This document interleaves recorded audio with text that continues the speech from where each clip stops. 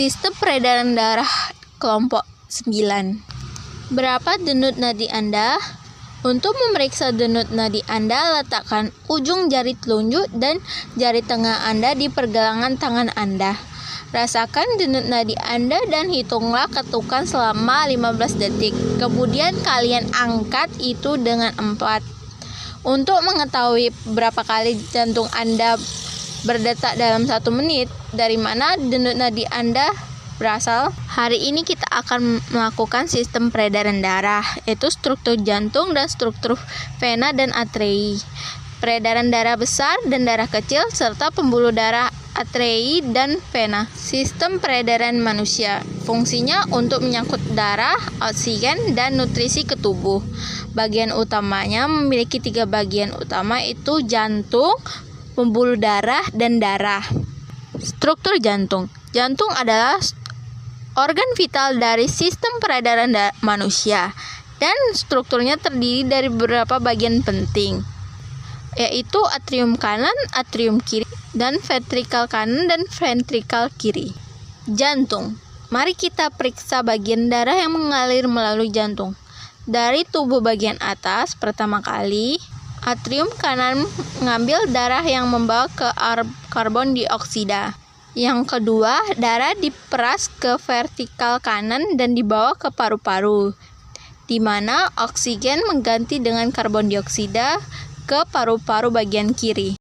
Baik teman-teman, di sini saya akan melanjutkan penjelasan bagaimana sih darah mengalir melalui jantung dengan pasangan, bahkan tanpa diagram jantung teman-teman.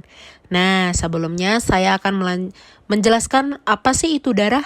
Darah adalah cairan khusus yang terutama terkandung di dalam pembuluh darah. Nah, darah juga memiliki 4 komponen utama teman-teman. Yang pertama, sel darah merah, yaitu membawa oksigen, nutrisi, dan limbah. Nah, yang kedua, yaitu sel darah putih, melawan penyakit dan melindungi tubuh dari infeksi. Nah, yang ketiga, yaitu trombosit, berkumpul di lokasi cedera dan membantu proses pembekuan. Nah, yang terakhir, yaitu plasma, cairan berwarna jerami, di mana komponen lain mengampung di dalamnya. Nah, ketika seseorang menjalani tes darah, sejumlah kecil darah diambil dan disimpan dalam tabung untuk pengujian. Untuk memeriksanya dengan cermat, darah mengalami pemisahan komponen. Salah satu metode umum melibatkan pemutaran dengan kecepatan sangat tinggi dalam sentrifugal. Nah, di sini juga memiliki gambar. Yang paling atas itu adalah plasma yang berwarna kuning. Nah, yang kedua yaitu sel darah putih dan trombosit. Nah, untuk bagian terakhir yaitu sel darah merah. Darah dibagi menjadi beberapa komponen ya teman, dengan bagian terberat di bagian bawah. Oke teman-teman, di sini saya akan melanjutkan pembahasan kita tentang pembuluh darah ya. Jadi pembuluh darah itu apa sih? Nah, pembuluh darah ini adalah tabung atau saluran yang membawa darah ke seluruh tubuh kita. Nah, pembuluh darah ini dibedakan jadi 3 jenis nih teman-teman. Ada vena, arteri, dan juga kapiler. Masing-masing dari mereka ini memiliki perbedaan, baik dalam ukuran maupun strukturnya nih.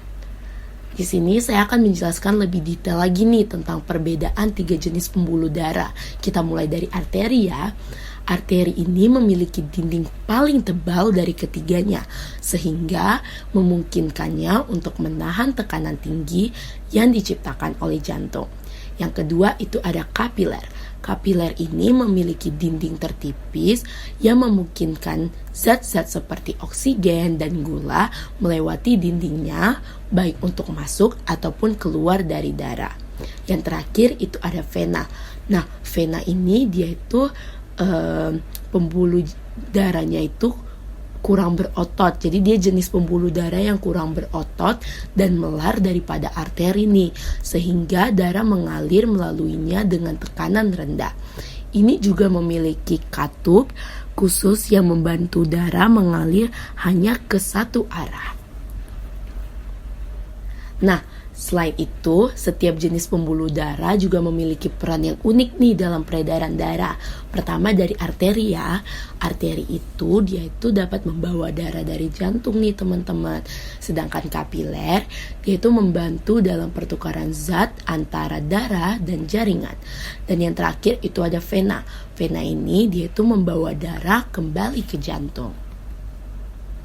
Nah, kan kita udah belajar nih tentang darah, tentang pembuluh darah. Jadi di sini saya ada pertanyaan nih kepada teman-teman semua tentang SCD atau Sickle Cell Disease. Nah, jadi penyakit sel sabit atau SCD adalah kelainan darah bawaan di mana orang dengan SCD ini memiliki darah merah yang menjadi keras dan lengket, membentuk sel darah berbentuk C, alih-alih sel darah berbentuk cakram yang sehat. Jadi pertanyaannya, mempertimbangkan apa yang telah kita pelajari tentang darah dan pembuluh darah, bagaimana bentuk ini mempengaruhi aliran darah dalam sistem peredaran darah? Nah, coba kalian jawab teman-teman di kolom komentar. Aku tunggu beberapa detik ya. Nah, kalau kalian udah jawab, kalian bisa lihat jawaban benarnya di layar ya teman-teman. Jadi jawaban benarnya itu adalah ini. Oke, jadi kan kita udah belajar nih tentang jantung, darah, dan pembuluh darah. Jadi di sini saya akan menjelaskan kesimpulannya nih. Jadi sistem peredaran darah itu mengirimkan oksigen dan nutrisi ke dalam tubuh sekalian membuang limbah. Jadi jantung ini adalah organ otot yang memiliki 4 ruang. Terus dia juga memompa darah ke seluruh tubuh. Terus ada darah nih. Darah ini memiliki 4 komponen, yaitu plasma, sel darah merah, sel darah putih, dan trombosit atau keping darah.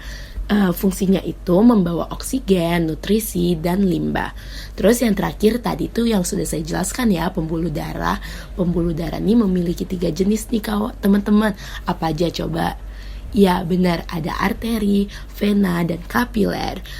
Nah, fungsinya itu sebagai saluran untuk darah.